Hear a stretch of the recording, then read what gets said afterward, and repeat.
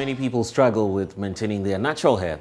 From treatment to the amount of time spent at the salon, it can be costly in dealing with the situation. The most go-for option is the perm hair. Of course, on the other hand, others have opted to lock their hair as well, despite the cost and stigmatization attached to that type of hairstyle. And Makosia Atipo visited some salons here in Accra and now reports.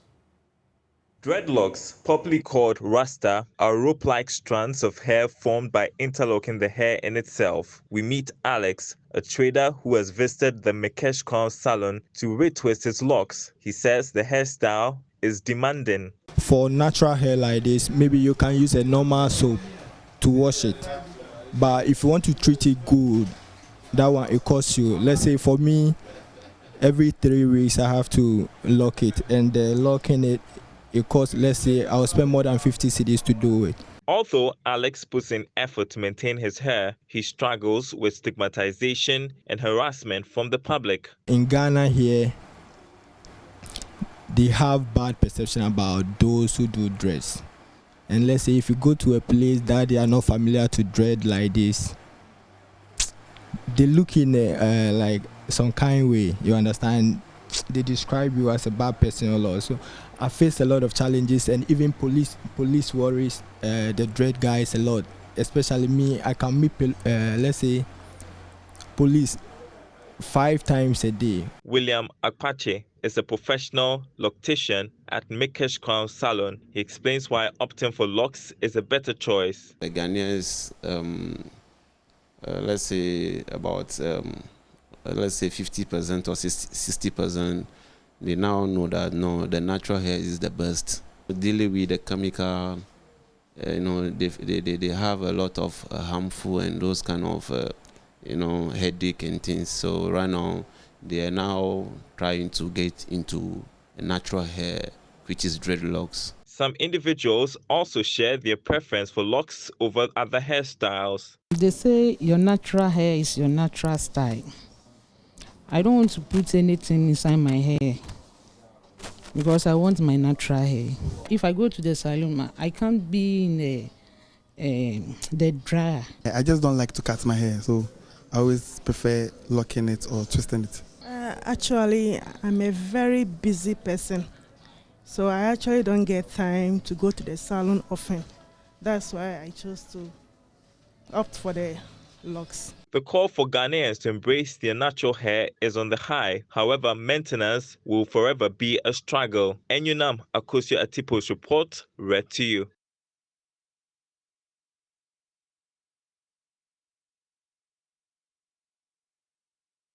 Well, so it's often said that the clothes makes the man.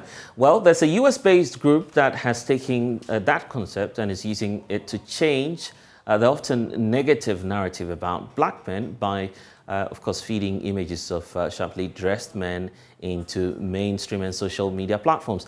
They are called the Black Menswear, and they are in Ghana with a rather special mission to stage the best dressed flash mob you have ever seen. Of course, Neandre is with that team. He's actually the founder and CEO of Black Menswear, joining us in studio now. Neandre, it's good to see you. Thank you.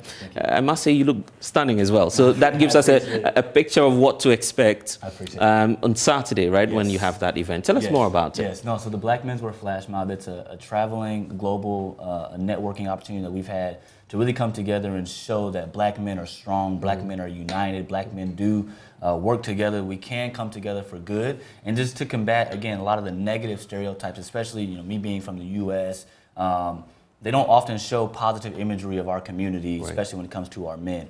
And so what we've done is we develop a platform to just combat all that negative stereotypes, because when you think of the stereotypes, they really affect the young black boys, right? They see these things and they see these words about themselves, and they start to feel as though they're less than. They start to feel as though they can't achieve because there's such a cloud covering them, and so we're trying to break that so that way they know they can do whatever they want, and we showcase that through the flash mob. But give us a sense of when you started this whole campaign. Yes, so we're in year 5. So 5 for the last years. 5 That's years, impressive. Yes. For the last 5 years, we've been traveling the world. Again, started in Dallas, Texas. We've done New York. We've done Los Angeles. We've done Miami. We've done over 15 cities in the U.S. We've also done London, Paris, and this is our first time in Africa. So of course we had to come to Ghana first. Akwaba. Yeah. I hope you understand that I one. do. But how hard has it been working to change the stereotype? You know, it's funny. It hasn't been hard. A lot of it more so has been along the lines of finally, right? Because we know these things about ourselves. As mature adults, we can think for ourselves. Right. But those that are more impressionable, they don't see it the same way. And so it's like, well, finally somebody's offering a voice that really speaks to who I am internally and really helps me to get this energy out because, you know, we're a brotherhood globally, right? The diaspora started here and took us across the world, and we are all brothers. And so just having that safe space for brothers to come together and get to know each other and share their stories and share their missions so that way we can grow and impact each other in a positive way. And Neandre, there's a question about the timing. We started off with the year of return. We are doing the beyond the return. Are you feeding into that as well? I am. You know, really coming like this was. So we decided to come to Ghana. Let me break this down. So we decided to come to Ghana because my main photographer actually has an organization called Hope Missions Ghana. And so Hope Missions he's been coming to Ghana since 2016 every year to do work more so in Kumasi. And so he was like, no, we have to go to Ghana. That's got to be the first place we go. It's bringing you back home. Africa. Yes. And then he said, when you get here, he said, I'm going to take you to where you need to go to feel the history.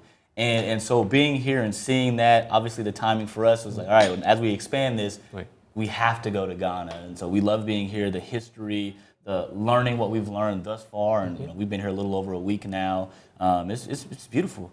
And I'm sure that someone's watching right now and still asking that question, what will I miss if I don't show up for the event tomorrow? So if you're on any type of social media platform, you're going to see bits of it. Right. And so it's like, man, I could have been there. The flash mob, it's one thing to see it on social media, it's another thing to be in the community when it's going on live. Right. And so just the brotherhood of guys, just say, man, you know, one of the biggest things that we have as a community is that we know how to compliment each other ways that other people can't compliment us, right? And so just that positive energy. Guys come to network. They come in with their businesses. They come to showcase their businesses. They come to see, you know, one of the oftentimes in the U.S. because of the population is more Caucasian than Black, we're providing a safe space where they see like you don't need to leave your community in order to be successful with your business. You have educators that need mentors for students. They come and they find them there. And so just a safe space to amplify your business, to get to know more brothers that are like-minded.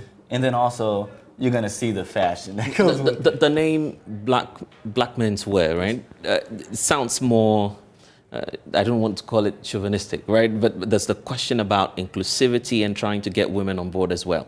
How about that? So, you know, again, we got to go back to the root of why we started Black Men's Wear, right? So in the United States, there are many outlets for Black women. There are not a lot of outlets for Black men. So our space specifically was to empower the male because where we are, there's so much female empowerment. And now that we take that globally, we're able to leverage and understand other cultures and other communities. And those are things that we are learning about it. But initially we started because back home, and there were no outlets for embracing the Black man. And we wanted to be that voice.